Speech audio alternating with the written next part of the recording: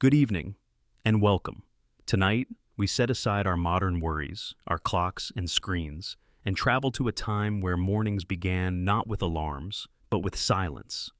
A world without electric lights, emails, or the buzz of traffic. A world where survival was shaped by the rising sun, the rhythm of chores, and the warmth of a single shared fire. This is a gentle journey, not into the life of kings, nor knights, nor scholars, but into the quiet, almost forgotten world of the medieval peasant home. The humble hearth, the worn wooden stool, the smell of damp earth and freshly ground grain. We'll listen closely, not just to what they did, but how they lived. We will walk into their morning and linger, slowly, tenderly, as the light returns to their world. So, settle in. Let your breath slow. Let your thoughts soften. Let the hum of our modern age drift away, and allow the flicker of a medieval morning to warm your imagination. Before even the first pale streak of light, a small one-room cottage stands still. Its roof is thatched, its beams are rough, and its walls are wattle and daub, mud and straw molded over a wooden frame. On the outside, it looks plain. Inside, it is the heart of a family's life. A few low benches, a sleeping mat in the corner, one wooden chest with linens, pots arranged carefully on shelves made of split timber. Nothing excessive, nothing wasted. The fire, which glowed bright in the night before, is now reduced to ash and ember. Cold air seeps through the edges of the wooden shutters. Dew settles on the inside of the glassless window. The family, wrapped in heavy wool and straw-filled bedding, breathes slowly in the dim. One by one, they begin to stir, not because of noise or command, but because they must. The mother is the first to rise. She always is. She lifts herself from the mat, joints creaking softly, careful not to wake the youngest child at her side. Her bare feet meet the cold-packed earthen floor. She wraps a homespun shawl around her shoulders and walks to the hearth. Her fingers are practiced. She pokes gently through the ashes, searching for heat. She finds a single glowing ember, just enough to begin. She lays the kindling, small twigs from the ash pile, bits of dried moss, strips of bark gathered in summer. She holds a breath and blows. Smoke curls upward, a soft crackle, then a flicker. The room begins to glow with life once more, and in that glow, the shape of her world returns. Beams, baskets, herbs hanging from the ceiling, the curve of her child's cheek as they sleep. All silent, all familiar. Outside, the frost still clings to the branches. A rooster calls from a neighboring yard, distant but distinct. The wind carries it softly. The hearth was not just a place to cook, it was the soul of the house. Everything began here. Without fire, there was no hot meal, no dry clothing, no warmth for weary bones. The mother crouches low and feeds the small flame with care. Around her, the room starts to breathe again. Shadows shift. The firelight touches the walls like an old friend returning. The shapes of the home reveal themselves in amber tones. Bundles of flax, a jug of water, a pair of wooden shoes. She reaches for a blackened iron pot, heavy, worn from years of use. She places it gently on the hook above the fire. Then she adds water, scooped from a barrel near the door. The water is cold, fresh from yesterday's well run. Her hands are chapped, her fingernails lined with soot and soil. But her motions are graceful, methodical. She adds a handful of oats to the pot. The fire pops quietly. Soon steam rises, a slow, rolling mist. The air begins to change, less cold now, more alive. Children begin to stir behind her, a groan, a rustle of blanket. One child murmurs something unintelligible, then falls back asleep. She does not wake them. There is time, for now it is just her and the soft crackle of the new day. The door creaks. A boy, perhaps 10 or 11, rubs sleep from his eyes and steps outside. The ground is stiff with frost. He bends, gathers a bundle of firewood left to dry beneath the thatched overhang. His breath clouds in front of him. He walks back in, arms full of twigs and branches. He says nothing. She nods. That is enough. And the fire continues to burn. There is a rhythm to mornings like these, a quiet melody of movement, gesture, and repetition. Now, it's time for grain. Stored in a coarse sack made from old flax, the barley is dense, heavy with the scent of earth and summer. The sack is tied tightly at the top with a length of twine. The boy unties it and reaches inside. The grain spills into a wooden bowl, round, shallow, hand-carved. Beside the hearth, in the corner of the room, sits the quern stone. It is ancient, handed down, darkened with years of dust and oil. Two circular stones stacked together, a hole at the top, a wooden handle fixed to the side. He pours the grain in. Then, with both hands, he begins to turn. The motion is slow and deliberate. The sound is rough, stone grinding stone, over and over. It is both labor and meditation. The mother stirs the pot. She adds a pinch of salt, a leaf or two of dried herb, marjoram or savory, something pulled from the garden last August and hung in bunches above the beam. Between stirs, she kneads dough. Flatbread, most likely. The flour was prepared yesterday. Today she shapes it, presses it flat between her palms and lays it gently on the hot stone set near the fire. The smell begins to fill the room. Grain, smoke, warmth. Outside, the fog lifts. The rooster crows again. A second, fainter one follows. Soon, the day will truly begin. The sun has yet to climb fully above the horizon, but already the cottage breathes with motion. Though the world outside remains hushed and misty, the morning routines now extend beyond the walls of the home. The boy, having finished his grinding, sets aside the bowl of fresh flour. The warmth from the hearth clings to his clothing, but he knows the cold awaits. He pulls a wool tunic over his head, coarse and scratchy, but welcome, and steps outside. The air bites. It's not a sharp pain, but a deep creeping cold that settles into the skin, the kind that comes from days of low sun and frost-laced nights. Each breath leaves a ghostly trail in the still air. Around him, the village remains largely asleep. No carts yet roll through the dirt lanes, no voices call out, just the faint rustle of trees and the occasional lowing of a cow in the distance. He moves carefully toward the woodpile, tucked against the side of the house.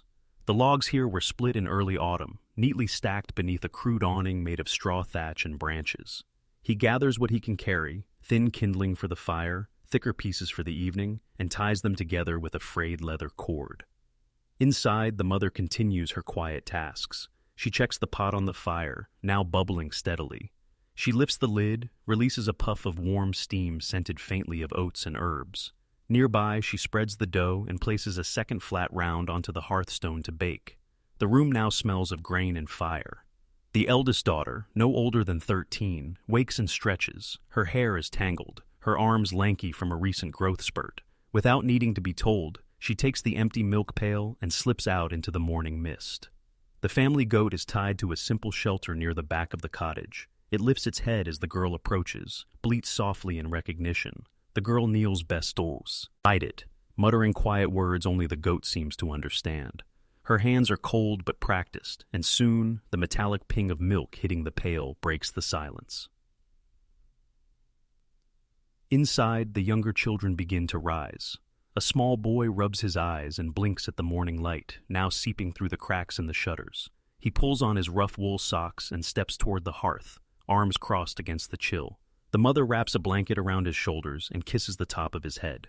Meanwhile, the father has returned from the far side of the field. He carries a snare, a simple rope and stick mechanism, set last night near the edge of the woods. It's empty this time, but he inspects it carefully, resetting the bait and knot with slow precision. These snares rarely catch anything more than rabbits, but a single catch means stew instead of porridge. Back near the hearth, the eldest daughter returns with the pail of milk. She pours it carefully into a clay jug and sets it near the fire to warm. A thin skin will form on the surface, which they'll skim off later. For now, she stirs it slowly with a carved wooden spoon. Other small chores begin to unfold in quiet synchronicity. One child sweeps the floor with a bundle of dried broom sage. Another checks the hen house, more a box of straw than a proper structure, for any eggs. 2 today, warm and pale brown. Each task is simple, but each is essential. Chores are not completed for novelty or praise. They are survival. They are the thin line between ease and hunger, comfort and cold. Outside, the frost has begun to lift. The mist thins as the first gold light spills over the distant hills. The family's footsteps have carved soft tracks into the dirt around the home, paths worn by habit, by necessity. No task is rushed, no voice raised. There is only the rhythm of motion. Gather, carry, pour, wipe, stir. The day, still in its infancy, carries no urgency.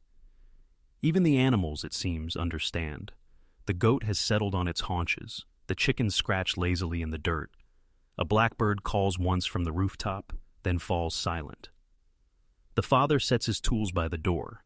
He checks the leather straps on his boots, nods toward the eldest boy who is now tying bundles of kindling. They will walk to the village edge soon, perhaps help mend the fence that borders the common pasture, or chop wood for an older neighbor. Coins are rare, but help is returned with bread, mended clothing, or a portion of cheese. The mother has wiped the table and laid out the bowls. The porridge is ready. Each wooden vessel is filled from the steaming pot, and the family begins to gather. But before breakfast begins, there is a pause, a moment of stillness.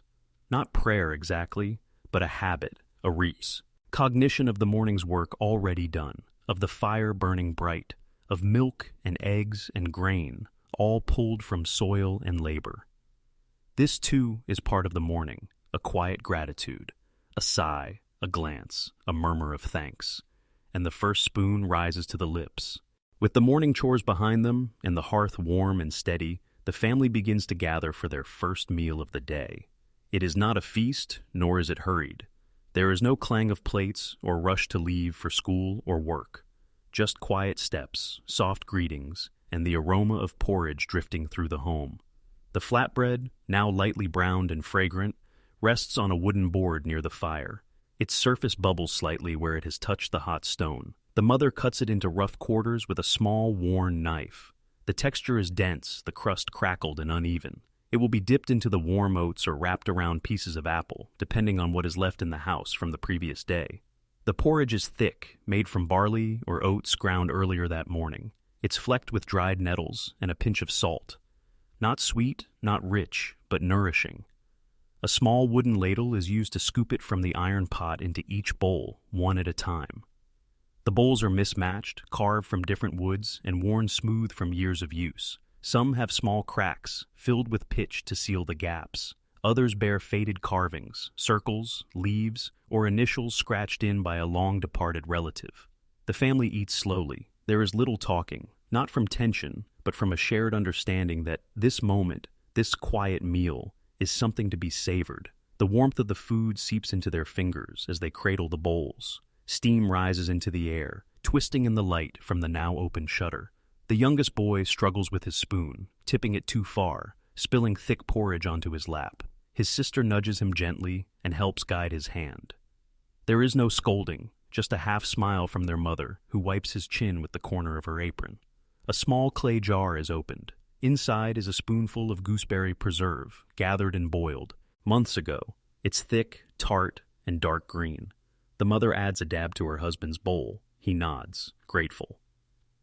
Not every morning includes a treat like that, but today it does. Occasionally, there may be cheese, soft, crumbly, and sharp on the tongue, or a boiled egg, halved and shared. When meat is present, it is rare and reserved. A slice of smoked fish from the market, or a sliver of bacon saved from the previous day's trade. Today there is no meat, but the bread is fresh, the milk warm, and the porridge satisfying. After the meal, bowls are not washed with running water and soap, but wiped with rags, rinsed with heated water, and left upside down on a wooden shelf near the hearth. Every scrap is saved. Even the milk skin that forms in the jug will be mixed into dough or fed to the hens. The fire is banked again, not allowed to die, but dimmed, so it can last until midday. The father ties his cloak and prepares to head out for his labor, mending a neighbor's fence today, perhaps helping with their roof tomorrow. His son will follow, bringing tools and spare twine. The mother turns to the loom, where a thread of linen waits to be drawn and knotted. The daughter checks the bread shelf and begins to mix the dough for the next day. Nothing stops, but for a few minutes they pause together around the hearth. The meal was simple, but it was enough. With the bowls cleared and the first warmths of the sun creeping across the cottage walls, the day officially begins. Tasks shift from the gentle rituals of morning to the longer labors of living. Outside, the village begins to stir. Thin lines of smoke spiral from nearby rooftops. The air hums faintly with movement, doors opening, feet crunching on frost-bitten grass, the distant bleat of sheep being driven toward pasture. The father and son gather their tools, a mallet, a length of rope, an old handsaw. They leave quietly, the boy trailing close behind. Their silhouettes grow smaller as they walk the path toward the common fields, passing neighbors who raise a hand or offer a nod in greeting. The mother begins her spinning. A simple distaff rests against her hip, and she draws wool into thread with calm, patient hands. Her daughter kneels near the hearth, mixing new dough from the flour ground earlier. She adds a splash of milk, pinches of salt, and kneads until her palms ache. The youngest child plays with a carved wooden animal, his laughter soft and slow, content within the warm walls of home. Farther down the village, a well is being uncovered. A woman draws water, her shoulders bent, her skirts damp with dew. Chickens scatter underfoot, scratching near fence posts. A piglet squeals. Someone hums an old tune. Time is not marked by clocks, but by the completion of each chore. The homes here are close together, but every one is a world unto itself, each with its own fire, its own rhythm. Each household echoes this one in small ways, bread rising, grain being crushed, water boiled and cooled. There is peace in this routine, and honesty.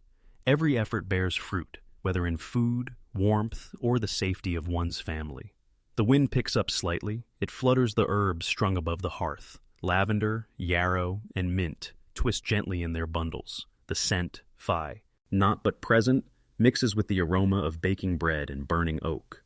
Midday approaches slowly, but no bells will signal it. Only the ache in one's legs or the call of a stomach will note its coming. And when it does, the fire will be fed once more, the bread will be broken again, and the day will carry on, until night folds quietly around them all. And so, as the day stretches onward, and the sun climbs higher in the sky, we step back from the quiet world we entered. A world without urgency, without screens, without noise. The rhythms of a medieval morning were simple, but within that simplicity, there was great beauty. Each task done with care, each gesture shaped by purpose, each breath taken in awareness of the cold, the fire, the grain. This morning, like so many before it, passed not in drama or spectacle, but in slow devotion. To family, to warmth, to the rituals that sustained life. We may live in a faster world now, but there is something eternal in the quiet motion of those early hours long ago. The steam from a hot bowl, the weight of a wooden spoon, the hush before the rooster calls.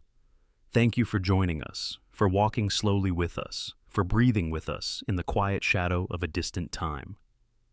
As you rest now, may the softness of their world echo in yours, and may your own mornings, however modern, carry a little of their stillness, their warmth, and their peace. Good night.